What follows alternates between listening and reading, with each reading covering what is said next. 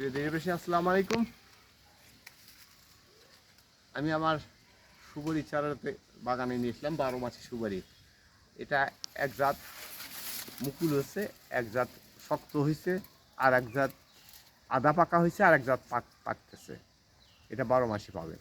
আমি আমি যদি গাছটা, এই যে আমার এখানেই গাছ আছে, আমি ওই যে সব সুপারি দেখাতে পারতাম, পাকা, কাঁচা এবং মুকুল আসা, কিন্তু অতদূর ভিডিওটা যাবে না, এই কারণে আমি দেখাতে পারছি না।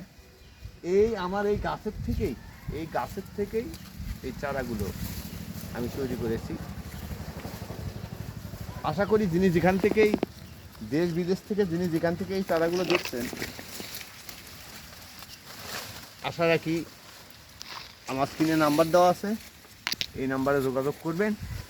যোগাযোগ করলে আমার সঙ্গে কথা বলতে পারবেন এবং বিশদ আরও কিছু জানার থাকলে জানতে পারবেন।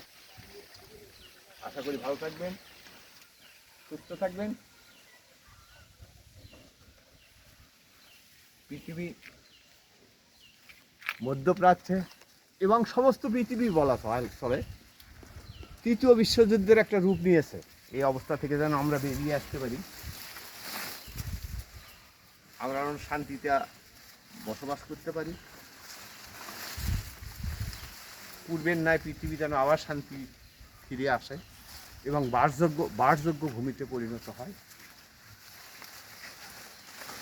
এই আশাবাদ ব্যক্ত করে আমি আমার বক্তব্য শেষ করছি।